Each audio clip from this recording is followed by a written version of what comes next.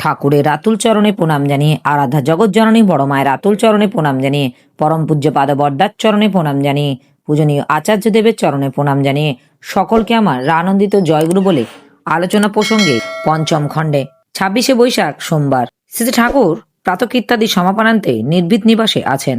কেষ্ট ভট্টাচার্য আসলেন। তিনি কথা প্রসঙ্গে বললেন, কাল বিকালে বিশ্ববিজ্ঞান আশ্রমে অনেককে নিয়ে একটা বৈঠক মত করা হয়েছিল। বর্তমান পরিস্থিতিতে আমাদের করণীয় সম্বন্ধে আলোচনা হলো। নিজেদের নিরাপত্তার ব্যবস্থা নিজেদের করতে হবে, সে সম্বন্ধে সকলেই একমত ও সংকল্পবদ্ধ। আপনি যে কতদিন আগে থেকে স্বস্তি সেবকের কথা বলছিলেন, অবস্থার চাপে পড়ে এবার যেন সবাই সেই সম্বন্ধে সচেতন হয়ে উঠেছে। সঙ্গ চেতনাও দানা বেঁধে উঠেছে। পঞ্চম খণ্ডে 26শে বৈশাখ সোমবার শ্রী ঠাকুর প্রাতকৃত্যাদি সমাপনান্তে নির্ভীত নিবাসে আছেন। কেষ্ট ভট্টাচার্য আসলেন। তিনি কথা প্রসঙ্গে বললেন, কাল বিকালে বিশ্ববিজ্ঞান আশ্রমে অনেককে নিয়ে একটা, তবে সবাইকে একতাবদ্ধ করতে যে ওদের ভিতর থেকে যে বর্ণাশ্রম তিরোহিত করা হয়েছিল তার ফল কিন্তু ভালো হয়নি। যা শুনি তাতে মনে হয় আজকাল ওদের মধ্যে অনেকখানি অধপতন এসে গেছে। আপনাদের যে স্বস্তি সেবক দল সংগঠনের কথা বলেছি সেটা কিন্তু কোনো প্রতিক্রিয়ামূলক ব্যাপার নয়। নিজেদের ও পরিবেশের নিরাপত্তার জন্য নিজেরা যদি প্রস্তুত না হও ও ব্যাপারে যদি পরামুখপেক্ষী হয়ে থাকি তাহলে ততখানি খাঁকতি থেকে যায়। জাতির মধ্যে প্রয়োজনীয় পঞ্চম খণ্ডে 26শে বৈশাখ সোমবার শ্রী ঠাকুর প্রাতকৃত্যাদি সমাপনান্তে নির্ভীত নিবাসে আছেন। কেষ্ট ভট্টাচার্য আসলেন। তিনি কথা প্রসঙ্গে বললেন, কাল বিকালে বিশ্ববিজ্ঞান আশ্রমে অনেককে নিয়ে একটা বৈঠক মত করা। পঞ্চম খণ্ডে 26শে বৈশাখ সোমবার শ্রী ঠাকুর প্রাতকৃত্যাদি সমাপনান্তে নির্ভীত নিবাসে আছেন। কেষ্ট ভট্টাচার্য আসলেন। তিনি কথা প্রসঙ্গে বললেন, কাল বিকালে বিশ্ববিজ্ঞান আশ্রমে অনেককে নিয়ে একটা বৈঠক মত করা হয়েছিল। বর্তমান পরিস্থিতিতে আমাদের করণীয় সম্বন্ধে আলোচনা হলো। নিজেদের নিরাপত্তার ব্যবস্থা নিজেদের করতে হবে, সে সম্বন্ধে সকলেই একমত ও সংকল্পবদ্ধ।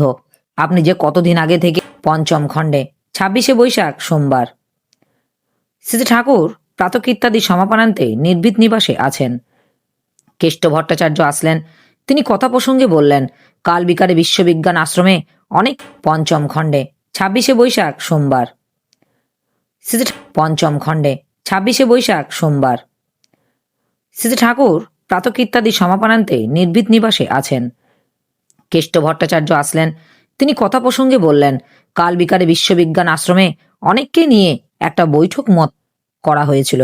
বর্তমান পরিস্থিতিতে আমাদের পঞ্চম খণ্ডে 26শে বৈশাখ সোমবার শ্রী ঠাকুর প্রাতকৃত্যাদি সমাপনান্তে নির্ভীত নিবাসে আছেন। কেষ্ট ভট্টাচার্য আসলেন।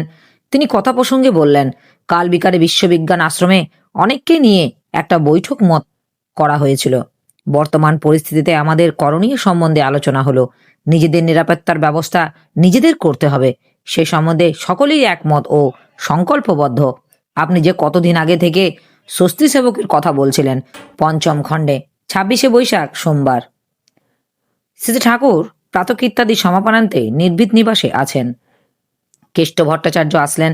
তিনি কথা প্রসঙ্গে বললেন, কাল বিকালে বিশ্ববিজ্ঞান আশ্রমে অনেককে নিয়ে একটা বৈঠক মত করা হয়েছিল।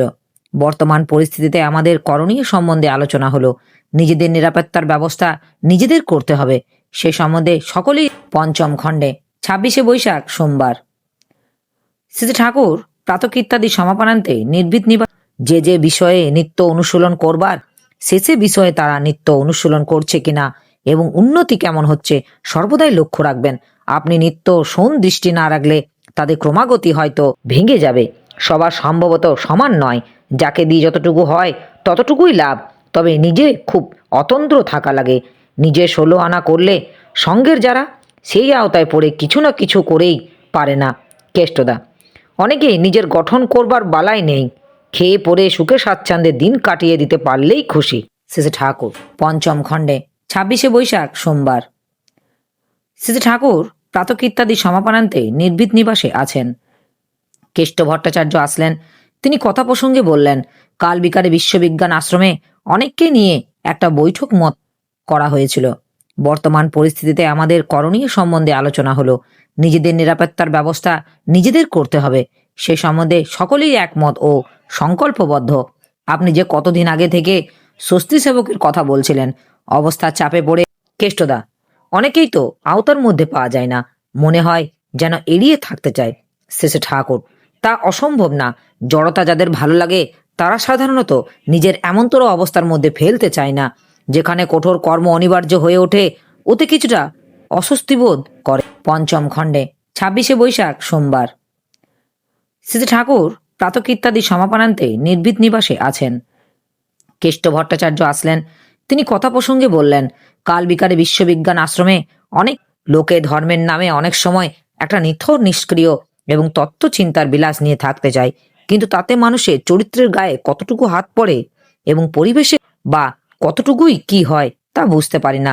তত্ত্বটা জীবনের সর্বস্তরের আচরণে নেমে আসে চায়, নচেত সেই তত্ত্বের উপলব্ধি হয় না। উপলব্ধি না হলেও তার চরিত্রগত হয় না, চরিত্রগত না হলে তা চারায় না। তাই আজ মানুষের মুখের বুলিতে ধর্ম আছে, কিন্তু জীবনের চলনে তার কমই সাক্ষাৎ মেলে। এরপর শেষে ঠাকুর চাল সংগ্রহ সম্পর্কে বললেন, আমি হীরালালকে সব বলে দিয়েছি, তার সত্ত্বেও আপনি মাঝে মাঝে তাকে এবং অন্য সবাইকে চিঠি দেবেন, এখনই এনে ফেলা দরকার। এই কথাটা জোর দিয়ে লিখবেন, লিখে দেবেন, মন্তরের মতো কাম করে ফেলা চাই। কেষ্টদা হেসে বললেন, আচ্ছা। শেষে ঠাকুর, সুশীলদা কলকাতা যাবার কথা আছে, সুশীলদা গেলে সুশীলদাও অনেকখানি করতে পারবে। পরক্ষণে জ্ঞানের খবর জিজ্ঞাসা করলেন কেষ্টদা। চেষ্টা তো ত্রুটি হচ্ছে না, এখন পরম পিতায় দয়ায় একমাত্র ভরসা। শ্রী ঠাকুর, অবস্থা যখন ক্রমশ খারাপের দিকে যাচ্ছে তখন কি হয় কওয়া যায় না। কেষ্টদা, এমনিতেই তো খুব দুর্বল, তার সত্ত্বেও যেভাবে বুঝছি সে কম কথা নয়। শ্রী ঠাকুর অন্য মনস্ক হয়ে সম্মুখে মাঠের দিকে তাকিয়ে রইলেন। কিছুক্ষণ পরে শ্রী ঠাকুর ওখান থেকে বাইরে এসে আশ্রম প্রাঙ্গণে বাবলাতলায় একখানি বেঞ্চিতে বসলেন।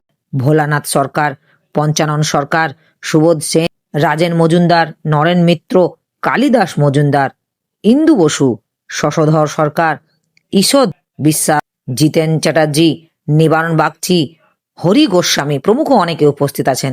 সুবোধদা, ঠাকুর আপনি ভালোবাসার উপর দাঁড়াতে বলেন, কিন্তু তাতে তো আত্মরক্ষা করা কঠিন। শেষে ঠাকুর, ভালোবাসা কখনো দুর্বল নয়, ভালোবাসা কখনো আত্মরক্ষার অপরাগ নয়, ভালোবাসার সঙ্গে থাকে প্রবল পরাক্রম। একটা গরু তার বাছুরকে ভালোবাসে, সেই বাছুরের কোনো ক্ষতি যদি তুমি করতে যাও তাহলে কিন্তু সে তোমাকে ছেড়ে দেবে না।